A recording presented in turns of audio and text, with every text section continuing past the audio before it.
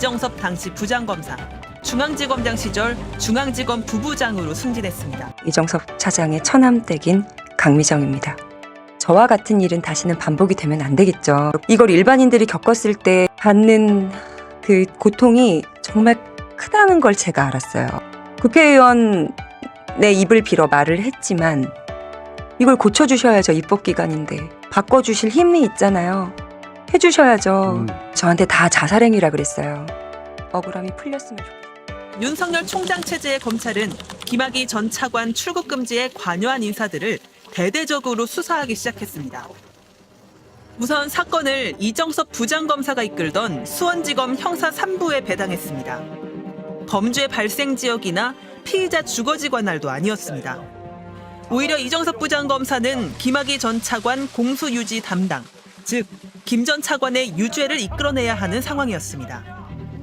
그런데 동시에 김 전 차관이 부당한 출국 금지의 피해자라고 입증하는 일을 맡긴 겁니다. 이정섭 부장검사는 이른바 윤석열 라인으로 분류되던 검사였습니다. 배당 8일 만에 이정섭 수사팀은 출국금지 요청서를 작성했던 이규원 검사, 그리고 법무부 곳곳을 압수수색했습니다. 차규근 전 법무부 출입국 관리본부장에 대해선 구속영장까지 청구했습니다. 사실상 윤석열 총장이 수사를 이끌고 있다는 분석이 지배적이었는데 조사를 받던 중 총장님에게 전화 왔다는 보고에 검사가 당황하며 전화를 받는 장면을 목격했다는 증언도 나왔습니다. 결국 이정섭 수사팀은 이규원 전 검사, 차규근 전 법무부 출입국 관리본부장, 이광철 전 청와대 민정비서관, 이성윤 전 서울중앙지검장, 이 네 사람을 재판에 넘겼습니다.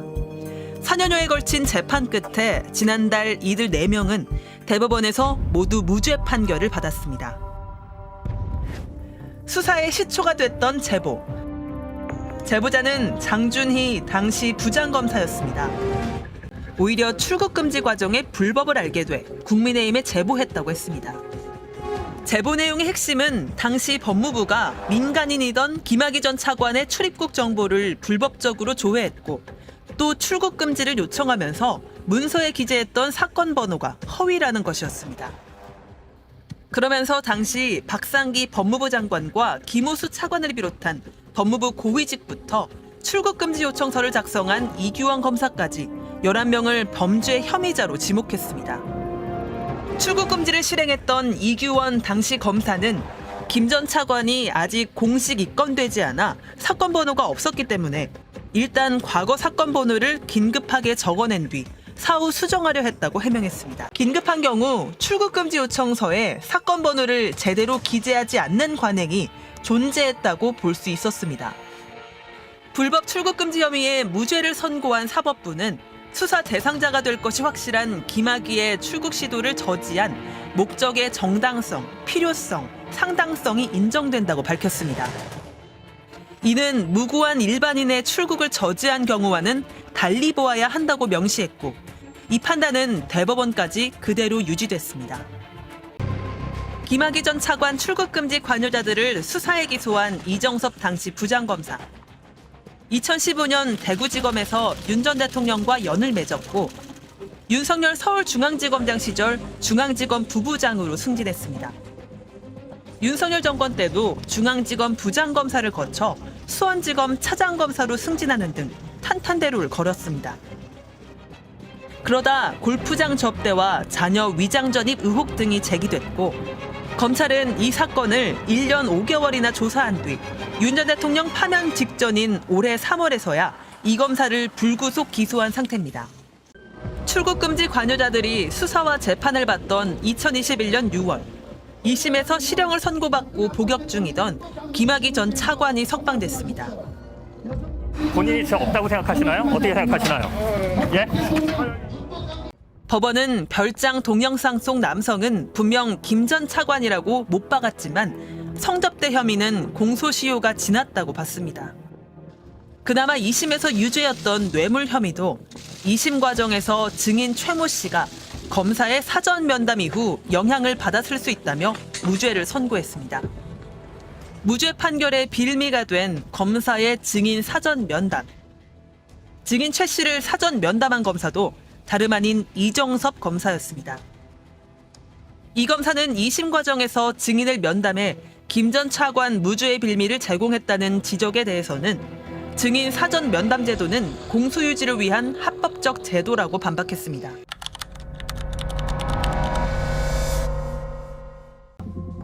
서초동을 다녔어요. 도움을 줄 수 있는 변호사들을 찾아서. 그런데 제일 처음에 수임했던 변호사들이 도저히 납득할 수 없는 상황이 일어나고 있다. 언론 제보밖에는 방법이 없다. 마약 사건이 이대로 무마가 된 것처럼 보인다. 휴대전화에서 동영상 하나를 보여줬습니다. 직접 촬영한 한 남성의 모습입니다. 왜 나가는 건데 그럼? 들어왔다며. 남편 조 씨였습니다. 며칠씩 연락이 두절됐다가 돌아오는 날엔 대부분 이런 모습이었다고 합니다. 아니 고출이 아니고. 지금 이게 무슨 상황이야? 이게 이해가 돼? 네가 만취를 해가지고 지금 이 시간에 다시 들어왔다는 거? 술 안 먹었어. 네, 술 안 먹었어요. 훈련장님 안 나는. 혹시 마약을 하는 건 아닐까? 이상한 생각이 들기 시작한 건 결혼하고 얼마 안 됐을 무렵. 남편 친구의 초대로 함께 갔던 여행. 거기서 수상한 모습을 목격했다고 합니다. 친구가 큰 덩어리로 가지고 왔고 이걸 이렇게 펴서 이렇게 나눠가지고 반은 다시 비닐에 싸서 본인이 가져갔고요. 색깔은 초록색이에요. 어두운 초록색이고 또 이런 건가요? 네, 이거랑 비슷한. 네. 그럼 이게 또 밀리면 밀려요. 그러면 그 작은 종이에 이렇게 묻혀갖고 말아서 피우더라고요. 피우고 쓰러졌어요. 그 호텔 욕실에서. 결국 남편은 아내에게 대마 흡입을 인정했다고 합니다. 기운이 없다. 그리고 말이 느려진다. 초점이 없어지고. 그런데 이번에는 친고를 할 당시 그 상황은 폭력적으로 바뀐 모습을 본 거예요, 제가. 침대 위로 올라가가지고 막 포효를 하고 벽을 때리고. 그러니까 힘이 나서 막 뭘 부수고 치고 하는 행태는 없었단 말이에요. 제가 알고 있는 건 대마인데 또 다른 게 있을지 모른다.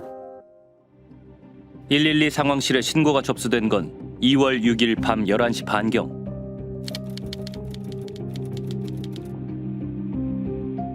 집으로 돌아왔는데 우리 집이 아닌가 봐 하는 거예요, 딸이. 도어락이 다 바뀌어 있었어요. 벨을 누르는데도 인기척이 없고 차는 밑에 있고 사이드미러 다 깨지고. 심상치 않은 상황이라고 판단한 강 씨는 경찰을 불렀습니다. 경찰 도착 후 10여 분이 지나서야 조 씨가 문을 열었습니다. 마약을 했을 것 같다고 동영상 보여줬어요. 경찰이 마약 간이 검사 의향을 묻자 남편은 그러겠다고 했습니다.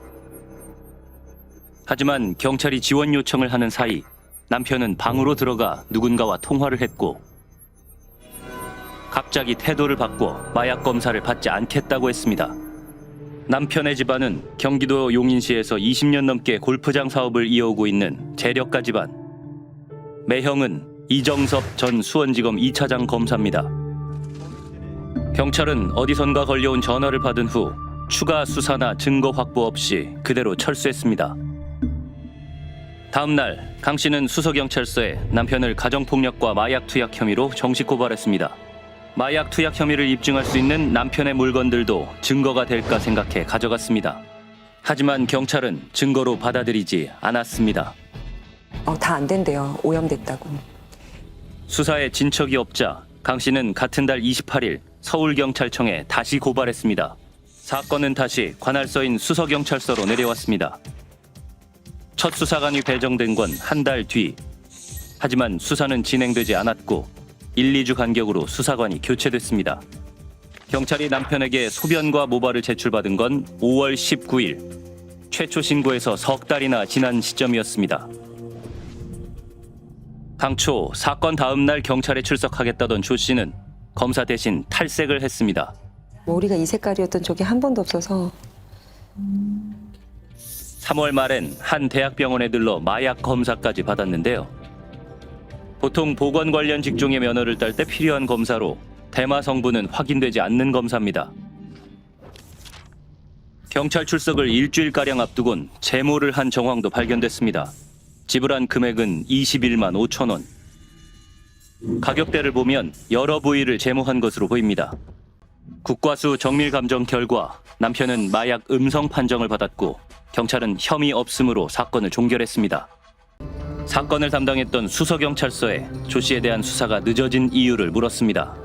수사관 정기 인사로 변경이 됐고 수사관 교체 요청도 있었고 그 후 납치 살인 사건이 발생해 전 수사 인력이 이 사건에 투입됐습니다. 다른 사건에 비해 약 한 달 정도 길어진 건 사실이지만 통상적인 절차대로 충분히 수사했습니다. 그러니까 본가는 마약하는 사실이 밖에 알려지면 회사도 크게 문제가 생기고 공무원인 매형도 큰 문제니 절대 외부에 걸리면 안 된다고 했어요. 강 씨는 시댁 식구들도 남편의 마약 문제를 알고 있었다고 주장합니다. 남편의 누나에게 당시 상황에 대해 물었습니다. 작년 8월에 강미정 씨랑 주고받은 문자나 이런 걸 보면은 마약하는 걸 알고 계셨던 것 같은데.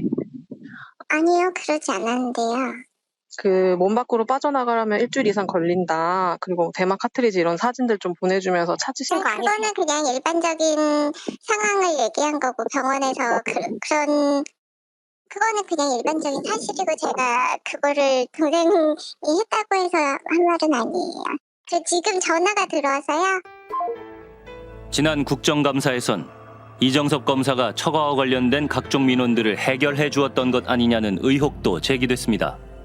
용인에 있는 모 골프장에 사위시던데 처가에 사건이 많이 발생해요. 그래서 수서경찰서 관내에 사건 처리를 해야 돼요. 그러니까 이렇게 이야기를 해요. 누구한테 연락처 알려주고 전화하라고 해. 내 처남이라고 이미 통화를 했어. 그래서 이래서들 검사 사위를 두고 싶어 하는구나. 돈 많은 분들이. 경찰 출동 당시 처남에게 연락한 일이 있는지, 처남의 사건과 관련해 수서경찰서와 접촉한 일이 있는지 이정섭 검사에게 물었습니다. 이정섭 검사는 자신과는 무관한 일이라고 문자 메시지로 답해왔습니다. 조 씨의 아버지도 아들 사건과 관련해 영향력을 행사한 적이 없으며 변호사를 선임해 대응했을 뿐이라고 답했습니다.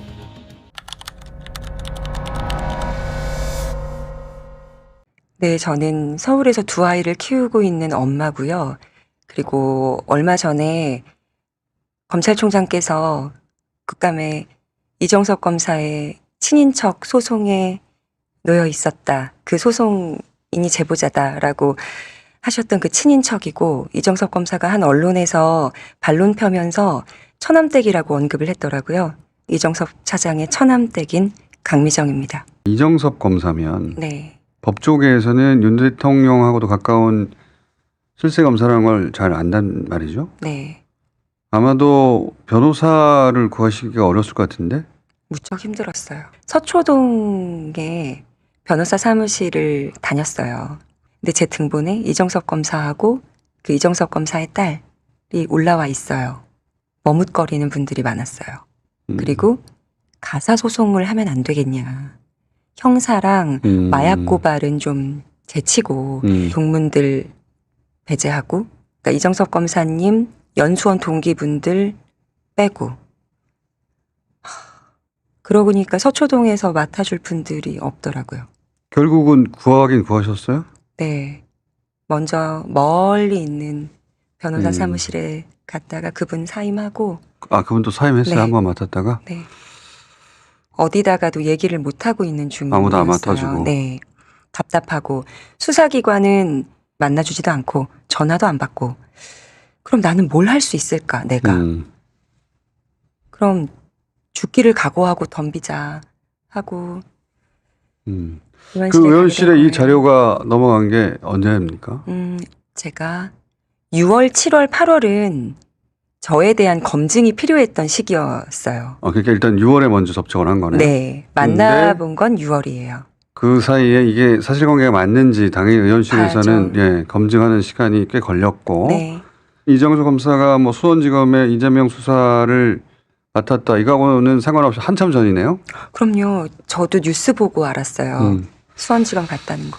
자, 직접 겪은 일 중심으로 그 제기된 이정석 검사 비의혹 몇 가지 여쭤보겠습니다.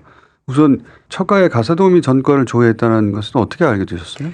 한 번은 그 이정석 검사 아내가 카카오톡으로 급하니 전화 달라고. 그래서 전화를 했죠.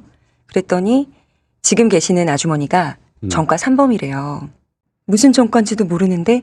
라고 물었더니 그 사기 전과, 절도 이런 거기 때문에 그냥 집에 있는 물건 구체적으로 알고 있었네요. 물건 조심하고 행동을 잘 살펴보라는 거죠. 그 내용은 신우의 남편인 네. 이정석 검사로부터 받았을 것이라고. 왜냐면 주변에 그 개인 신상에 대해서 알아볼 수 있는 권한이 다른 분들한테는 없거든요. 그리고 평상시에도 그런 전과 조회를 해야 알 수 있는 주제에 대해서 네. 그렇게 얘기를 했. 검사나 경찰 고위 간부들은 전과자 조회가 자유로운 줄 알았습니다. 너무 쉽게 얘기하길래 아 그렇게 할 수 있구나. 네. 이건 어떻습니까? 국감장에서 이제 재벌 부회장으로부터 리조트에서 접대 의혹도 제기됐거든요. 혹시 그 현장에 계셨어요? 저도 거기 있었죠. 코로나 때 집합금지 기간이라 업소에서는 5명 이상 네. 예약을 안 받고 그걸 넘어서 그날은 크리스마스 이브였는데 그 업소가 영업을 안 하던 날이라고 나중에 확인이 됐어요. 출발했습니다. 이정석 네. 검사님 차를 타고 거기 가족 셋, 저희 가족 셋, 6이 네. 한 차를 타고 갔어요. 그리고 고모부가 저희를 내려줬죠. 먼저 네. 체크인 하라고. 근데 어떤 의혹이 제기됐냐면 그 재벌 부회장이 네. 돈을 댄 게 아니냐 여기에 대해서 부인했거든요. 누구 이름을 댔습니까? 예약자 명을 댔을 거 아니에요. 먼저 들어가셨으면. 그 임원분 이름 떼고 들어갔어요. 아, 그 재벌 부회장? 네. 네. 그러니까 이정석 검사는 주차로 갔고 네. 그 부인이 데스크에 가서 자연스럽게 그 재벌 부회장의 이름을 대더라. 네. 그 이름을 아직도 기억하시고요? 아저씨.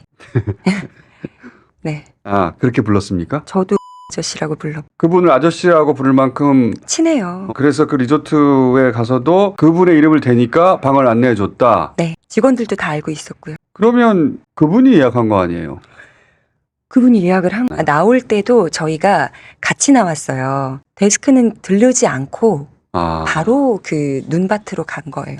그리고 그날은 영업을 하지 않았다고 스키장 문 닫았다고 했으니까. 네. 그러면 그 눈썰매를 어떻게 이용한 거예요? 저희는 문 열어줘서 들어갔어요. 아.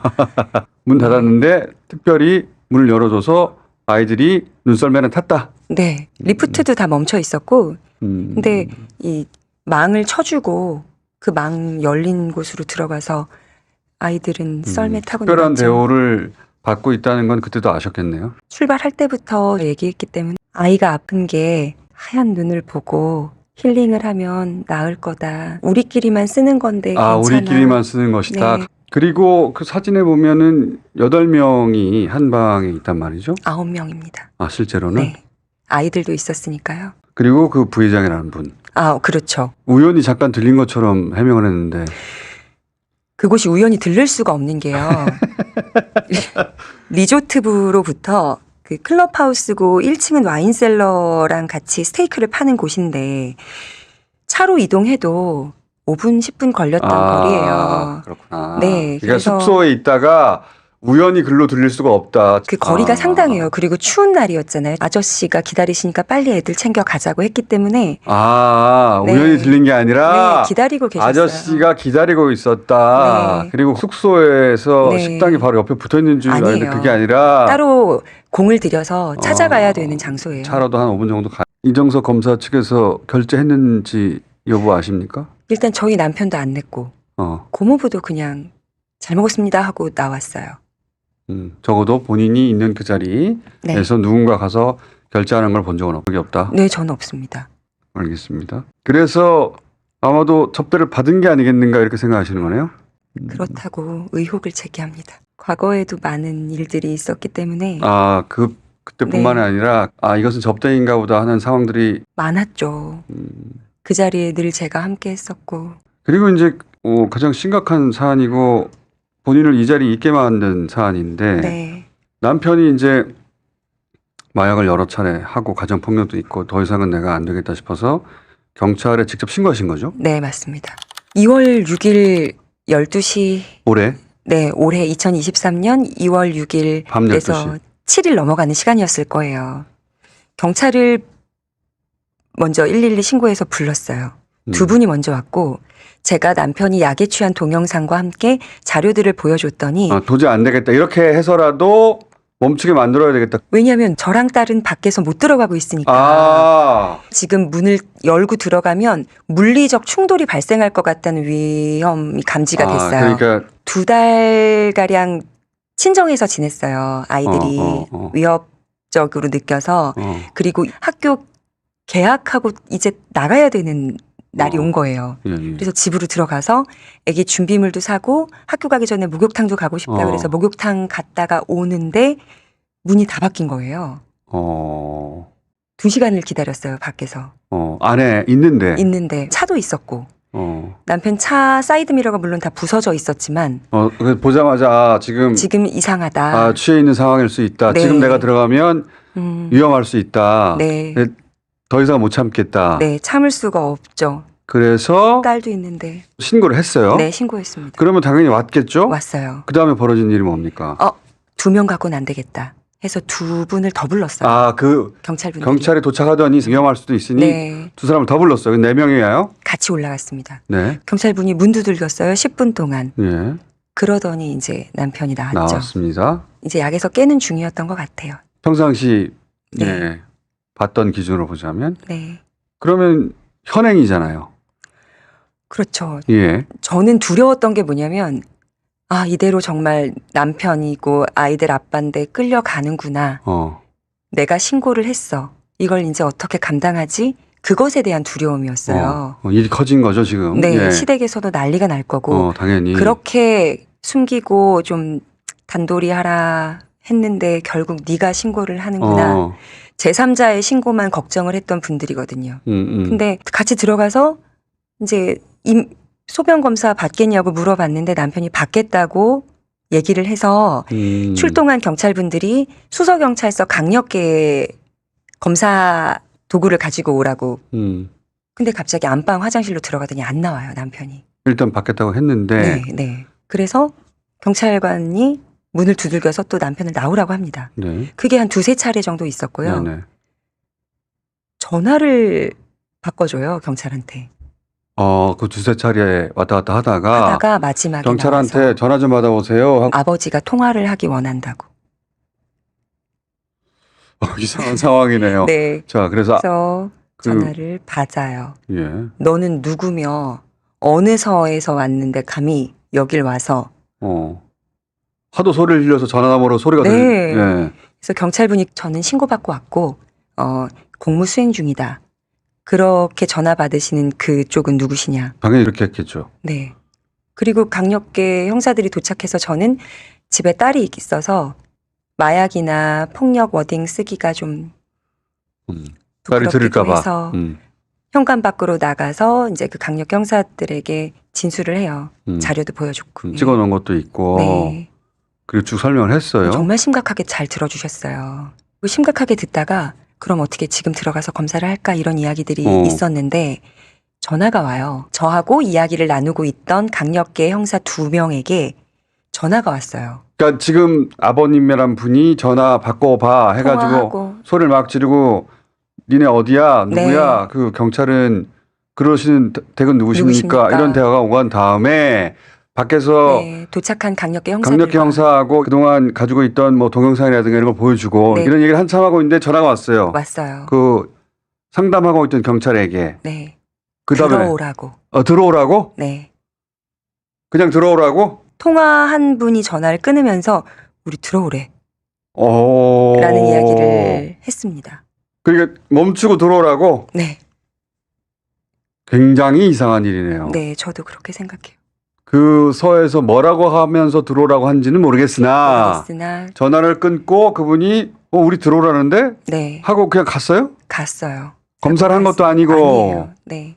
저에게는 뭐라 얘기했냐면 본인이 검사를 거부한다. 그럼 저희는 강제할 수 없기 때문에 철수해야 됩니다. 하고 갔어요.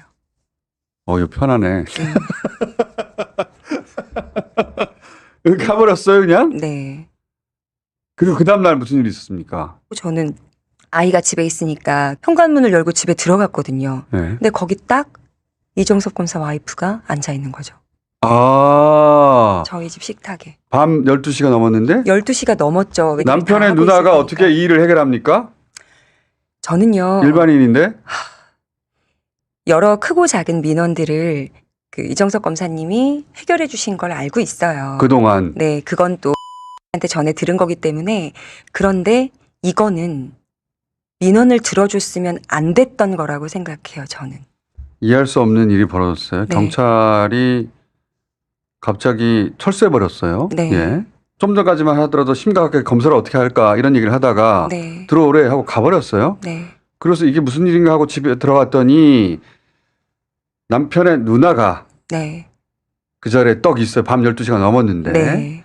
일반적인 경우 가족이 문제가 생겨서 경찰이 들이닥치는 일이 생겼을 때 누나가 오진 않죠. 그렇죠. 근데 이제 누나가 왔어요. 근데 누나는 하필이면 남편이 검사예요. 네. 그리고 그 전에 여러 가지 민원이나 사건을 해결하는 걸 봐왔기 때문에 아, 이것은 이정석 검사가 힘을 쓴 거구나라고 생각하셨겠네. 고모부의 개입이구나. 큰일 라고, 났구나. 확인할 수는 없는데. 없어요. 네, 그냥 정황만 있는 거지. 이렇게 찍힌 동영상이나 뭐 통화 내역이 없잖아요. 그렇죠. 근데 제가 묻고 싶은 거는 그 날짜 그 시각에 수발신 내역을 보여주세요. 아, 나는 아무데도 전화한 적이 없다. 네. 이정석 검사 보여주세요. 본인이 항고 이유서에 그 시각 마침 가족으로부터 전화가 와서 영장이 없이는 임의 동행 혹은 임의 제출, 간이 뭐 시약 검사 하지 않아도 된다라고 조언을 받았다는 내용을 적어요. 본인. 아, 변호사가. 가족으로부터 먼저 전화 와서 네. 가족이 어떻게 그 상황을 알고 네. 전화를 합니까? 그 두세 번 왔다 갔다 하는 사이에 그런 통화가 있었나 있었던 보죠. 것 같습니다. 그리고 시약 검사를 하지 않아도 된다라고 누군가 조언해 준 거죠. 조언을 해준 거죠. 그런 지식을 갖고 있는 사람은 그 가족에서 이정석 검사밖에 없는 거 아닌가? 없어요. 법조인은 그분 한 분이에요. 그래서 그렇게 짐작하시는 거고 네. 아, 그날도 이정석 검사가 조언을 해줬고 그 이후에 벌어진 일도 이정석 검사의 영향 아닐까? 이렇게 생각하시는 거네요. 네. 그게 아니라면 그날 밤에 통화 내용을 좀 알려달라. 날짜가 얼마 안 남았습니다. 수발신 내역을 볼 수 있는 기간이 1년이더라고요.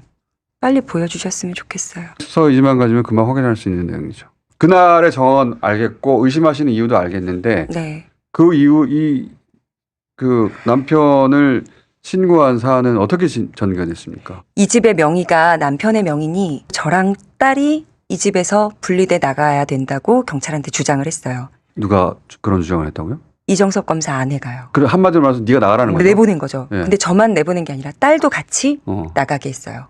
울고 학교 가고 싶다고 하는 애를 짐 싸서 나가게 했어요. 울면서 나가는 딸의 모습을 누나 옆에 붙어서 지켜보고 있는 남편을 보고 이제 그건 받아들이기 어렵겠다. 좌절했죠. 그 수사는 어떻게 전개됐습니까? 딸아이 잠깐 쪽잠을 재우고 학교 등교를 시키고 저는 수서경찰서로 바로 가게 됐어요. 2월 7일에. 수사 어떻게 하실 겁니까? 네. 이거 신고하러 왔다. 폭행으로는 고소, 마약으로는 고발을 했거든요. 그 당시에 수사관분들은 잘 진행을 해주셨어요. 진정서, 진술, 증거 자료들 다 보여드리고 너무 중요한 증거기 때문에 절대 잃어버리지 말라고 꼭 잘 가지고 있어야 된다고까지 하면서 그러니까 집에 왔던 분들은 그냥 가버렸기 때문에 가버렸고요. 네. 직접 수서경찰서로 가서 이번에는 네, 신고를 다시 한 거예요. 신고하고 접수했어요. 그날 원래 증거 자료를 다 내고 오려고 했거든요. 계획은. 근데 여기다 놔두면 없어질 것 같았어요. 아, 그때 기분은 네. 그 바로 직전에 겪은 일도 있고 갑자기 경찰이 돌아가 버린다든가. 네. 그래서 이 사람들한테 증거를 다 줘도 될까? 네. 그래서 집이 가까우니 만약에 국가수나 이런 쪽에서 증거물을 회수하러 오면 제가 10분 안에 달려올 테니까 이 증거물 제가 가지고 가겠습니다. 그래서 그 수사관도 사진 찍고 잃어버리지 말라 하고 저는 그걸 들고 집으로 온 거죠. 원본은 가지고 오셨고. 네. 그리고 증거물 내러 오라고 이제 연락이 올 즈음이었어요. 그래서 이제 부르시려나 이틀 후에 만나기로 했으니까 그래서 전화를 받았는데 그 마약 사건 수사관이 자기가 개인적인 사정으로 발령이 나서 이 사건을 더 이상 못 맡게 되어 전화를 했다는 거예요. 예.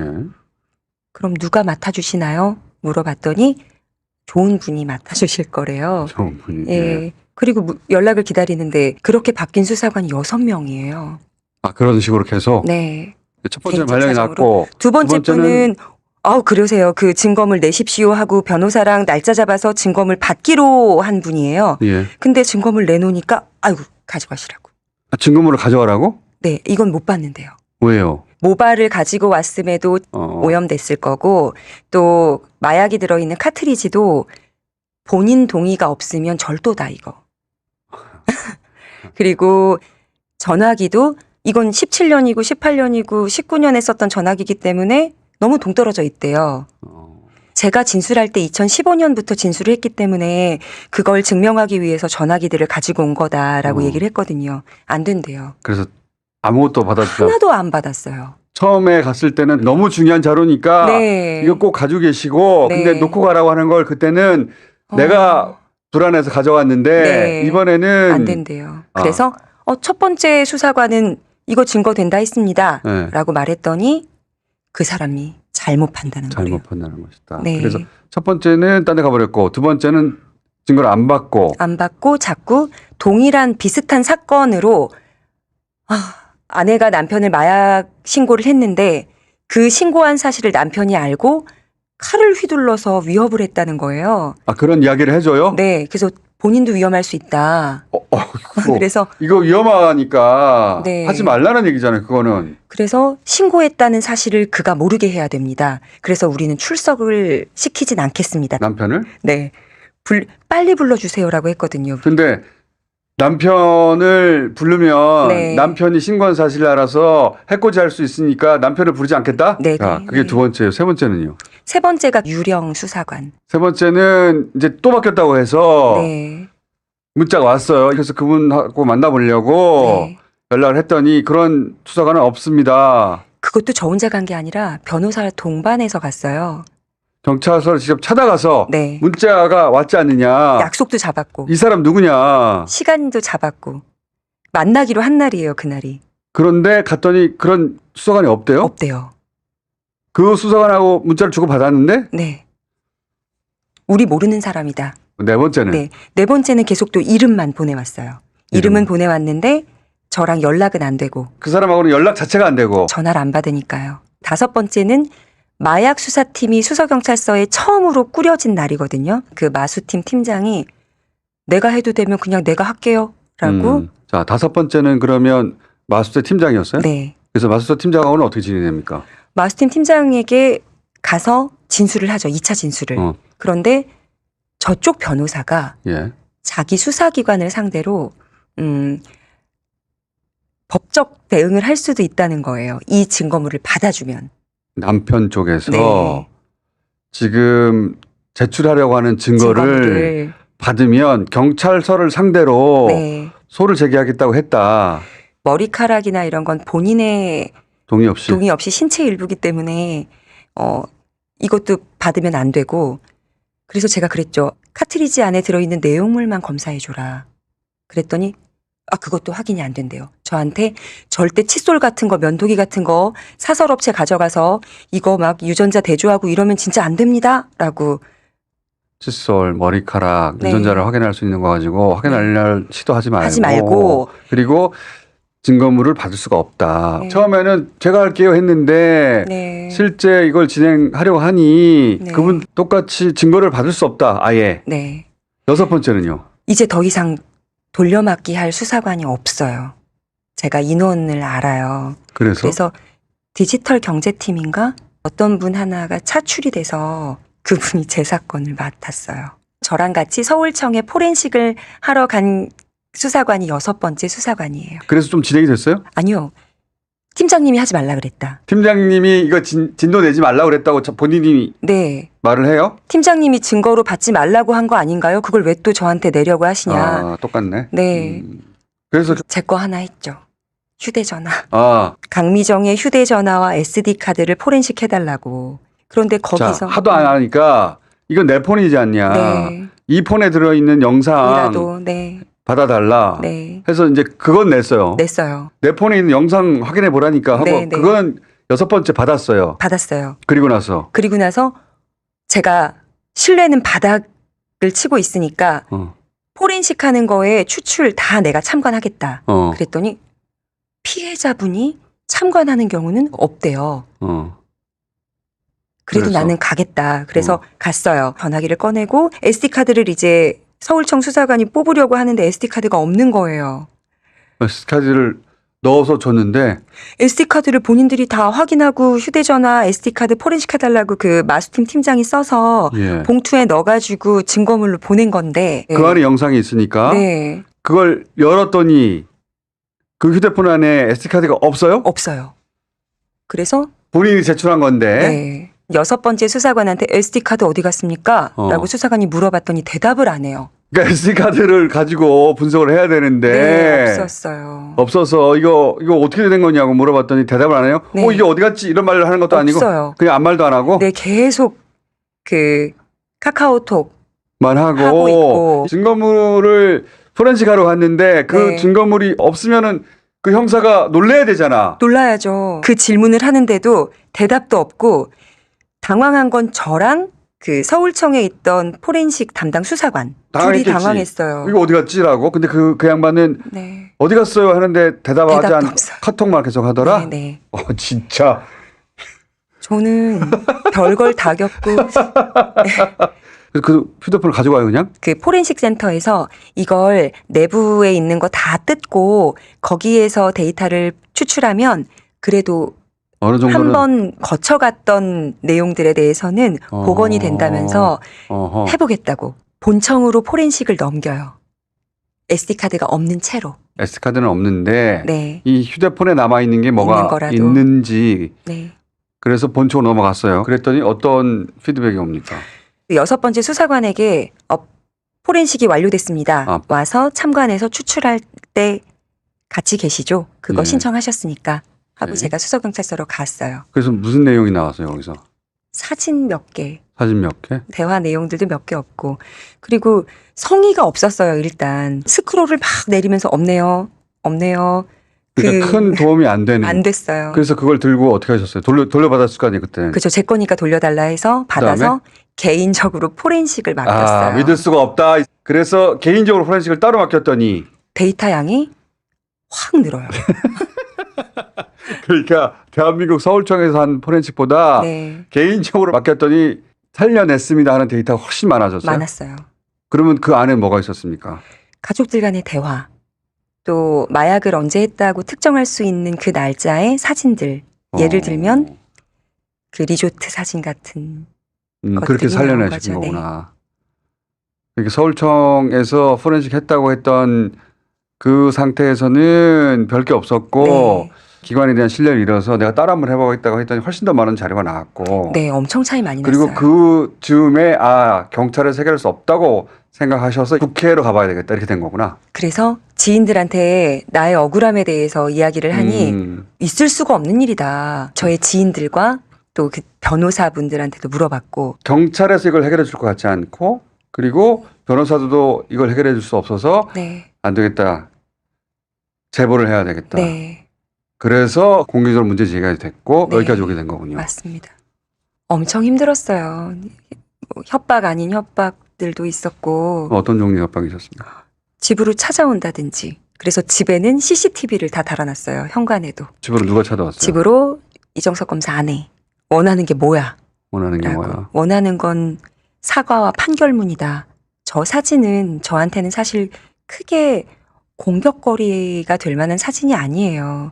100가지가 있는데 그중에 가장 작은 하나가 노출이 되었을 뿐이다. 스키장 리조트에서 찍힌 사진 네. 그 정도는 지금 직접 겪었던 여러 가지 접대랑 네. 비교하자면 아무것도 아닌 정도. 네, 지금까지 그 사건이 있을 때까지 썼던 전화기를 다 포렌식을 했어요. 그 일이 그래서- 있은 다음에. 네, 그러니까 이 싸움을 꼭 이기고 싶으신 거예요. 벌을 받게 하고 싶어요. 저는. 이게 제가 경기가 아니기 때문에 제가 이기면 상이 있어야 되는데 저는 상이 없어요. 상처만 남아있을 뿐이에요. 아이들도 그래요. 친척을 잃게 되는 거죠. 이 일이 해결된다고 해서 아이들과 제가 얻을 게 뭐가 있을까 싶어요. 그런데 저와 같은 일은 다시는 반복이 되면 안 되겠죠.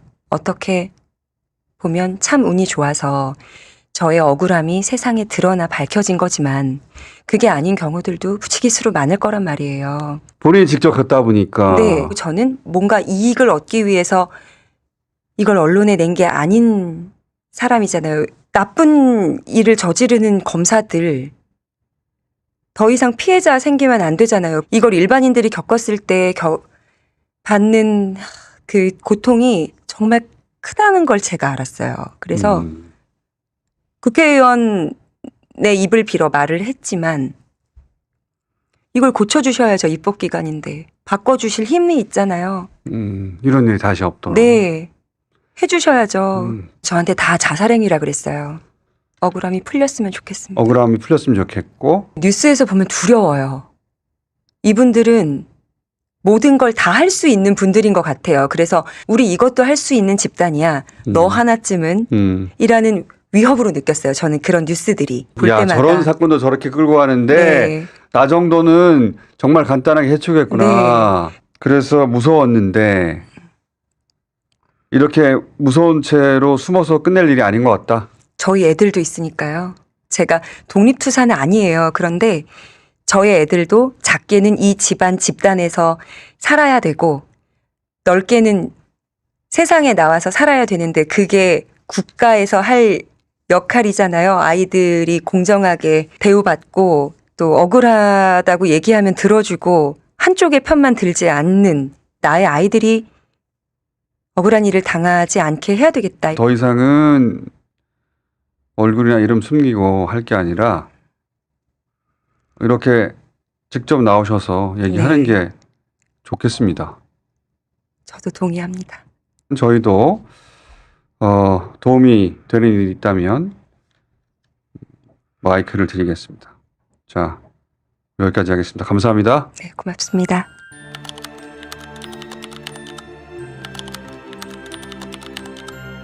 손준성 검사와 함께 국회에서 탄핵 소추된 이정섭 검사의 처남댁이 최근까지 저의 수식어였습니다.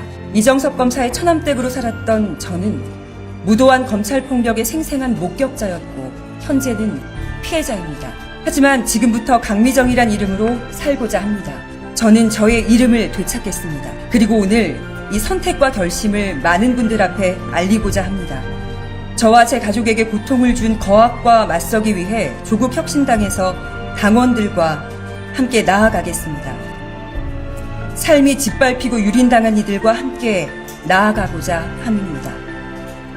대한민국 주권은 국민에 있고 모든 권력은 국민으로부터 나온다.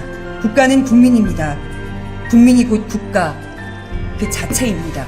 당신들이 말하는 국가는 이 나라 정권을 찬탈한 일부 검사들 그 사람들 아닙니까? 검찰이 아닌 국민은 언제까지 입틀막을 당해야 하며 진실을 가리는 좌파 빨갱이 프레임은 언제 사라집니까? 이러한 분노와 억울함은 진실을 외면하지 않을 원동력으로 피어나고 검찰 독재에 갖거나 굴복하지 않을 용기로 되살아날 것입니다. 마지막 날인 듯 살고 오늘 죽을 각오로 싸우겠습니다.